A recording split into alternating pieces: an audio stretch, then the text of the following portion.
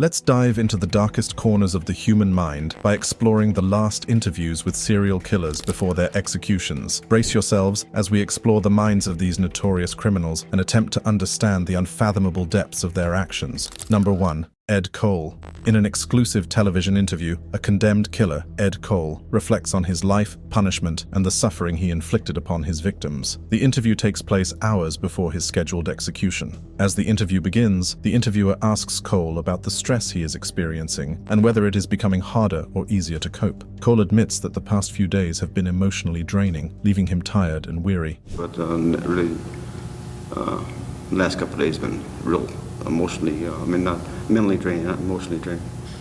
Just feel tired and everything like that, exhausting. However, he remains resolute in his decision and does not express any desire to delay his execution. I just don't care to. When asked about his remorse for the victims, Cole acknowledges his sorrow, particularly for an 11-year-old girl murdered in 1967. Especially the one that was the 11-year-old girl way back in 1967. He reflects on the impact his actions may have had on her life and admits that even a 5-year sentence he once served did not alleviate his feelings of guilt. And even doing that 5-year sentence, it wasn't enough. But I thought about it and condemned myself for many years, because I can just imagine what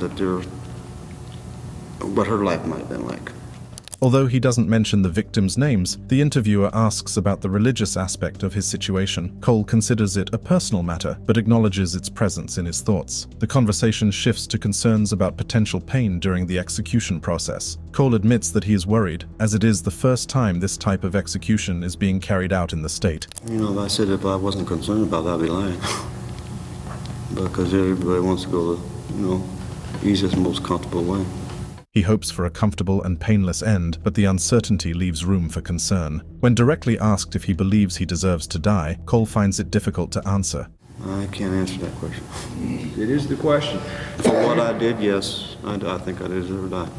He acknowledges that his actions warrant the ultimate punishment, but the question represents the weight of his crimes. Carroll Edward Eddie Cole, born in Sioux City, Iowa, on May 9, 1938, is known as an American serial killer responsible for the deaths of at least 15 women and 1 boy between 1947 and 1980. Cole's troubled life began with a tumultuous upbringing, marked by his parents' strained relationship and his mother's infidelity. While his father fought in World War II, his mother exposed Cole to her extramarital affairs, threatening him into silence. This upbringing led to torment at school, where he faced ridicule due to his feminine name. At age 8, Cole's suppressed anger and desire for revenge manifested in the drowning of one of his classmates, Dwayne. Though authorities initially deemed it an accident, Cole later confessed to the calculated act of retribution against his mother. As a teenager, Cole committed petty crimes, leading to arrests for drunkenness and theft. After a brief stint in the U.S. Army, he was discharged for stealing pistols. Cole's violent fantasies and fear of women led him to contact the police and confess his disturbing thoughts. He spent time in mental hospitals, where doctors noted his inability to engage in sexual intercourse without killing women. Diagnosed with antisocial personality disorder, he was released in 1963. He moved to Dallas, Texas, where he married and later set fire to a motel due to suspicions of his wife's infidelity. His arson conviction resulted in a prison sentence. Upon release, Cole attempted to strangle an 11-year-old girl, which led to another prison term. Astonishingly, despite his murderous fantasies, he was not detained when doctors decided against it, and he returned to San Diego. A series of gruesome murders marked Cole's adult life. He justified his actions by claiming his victims reminded him of his adulterous mother. His capture came after becoming a suspect in one murder and being found at the scene of another. During questioning, Cole confessed to all the murders, admitting to killing at least 14 women over the previous 9 years. However, he was unsure of the exact number due to his intoxicated state during the crimes. Cole faced trial and received a life sentence for 3 murders in Texas in 1981. In 1984, he agreed to face additional murder charges in Nevada, resulting in a death sentence. Despite efforts by anti-death penalty activists to have his sentence commuted, Cole resisted their attempts. On December 6, 1985, he was executed by lethal injection at Nevada State Prison. Shortly after his death, his brain was removed for examination. Number 2. Wesley Allen Dodd. In 1989, the world was shocked by the heinous crimes committed by Wesley Allen Dodd, Dodd. This is the story of the man who kidnapped, sexually molested, and murdered young boys, as revealed in an interview. Dodd's dark journey began when he was arrested in 1989 for attempting to kidnap a young boy from a movie theater in Camas, Washington. However, during police questioning, the truth emerged. Dodd had sexually abused and killed 3 other boys in recent months. Shockingly, Dodd estimated that he had molested around 175 children throughout a 15-year period. Born into an unhappy home, Dodd's troubled childhood may have contributed to his criminal behavior.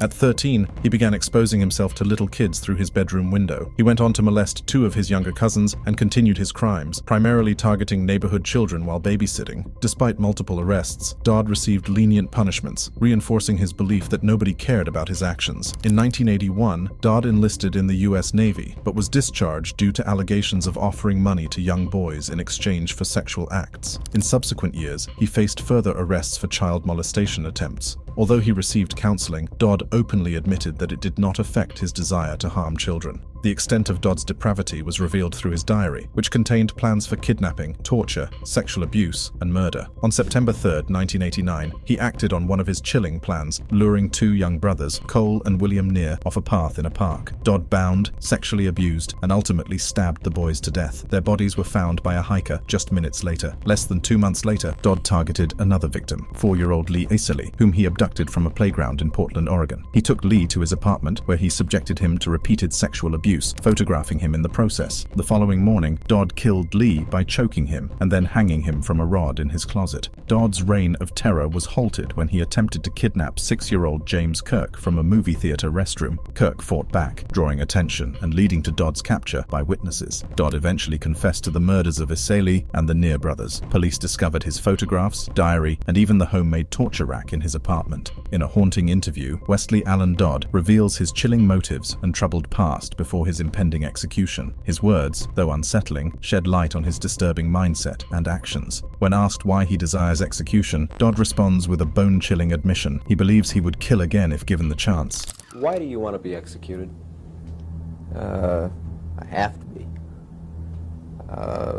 Because I will kill again. No, I would do it again. I've been molesting kids nonstop since I was 13 years old, over half my life. Anything happened, I can guarantee I'd do it again, and sooner or later I would kill another child. He admits to engaging in relentless acts of molestation for a significant portion of his life, stating that he would repeat these heinous acts without hesitation. Furthermore, Dodd chillingly admits that he would eventually take another person's life. I'm not going to say who, but there is somebody out there. There's a man out there. He confesses to having committed such atrocities in the past, and disturbingly, he reveals his enjoyment of these acts during that time. When questioned about his impending execution, Dodd explains that it is a necessary step to prevent further harm. He believes that his execution would serve as a deterrent, causing potential molesters to think twice before committing such abhorrent acts. I think it would. I think a few child molesters, anyway, are going to think twice before they do anything again. He admits to moments of reflection where he contemplates the horrifying statements made by his victims before their untimely deaths. These memories haunt him, making it difficult to cope. However, he also mentions attempting to suppress these thoughts, attempting to block them out of his mind. At times it's not easy. Like I said, there's times I think about what I've done. I think about some of the things the boys said before they died, and that's real hard to think about. At other times, I just try to put everything out of my mind. Asked if he looks forward to dying, Dodd responds with a complex mixture of relief and resignation. He believes that death would bring an end to his torment, freeing him from the burden of his disturbing thoughts and actions. In a way, yeah, I think it'd be a relief. I don't have to think about all these things anymore. And I know that's the only way I can guarantee I'm not going to hurt anybody else.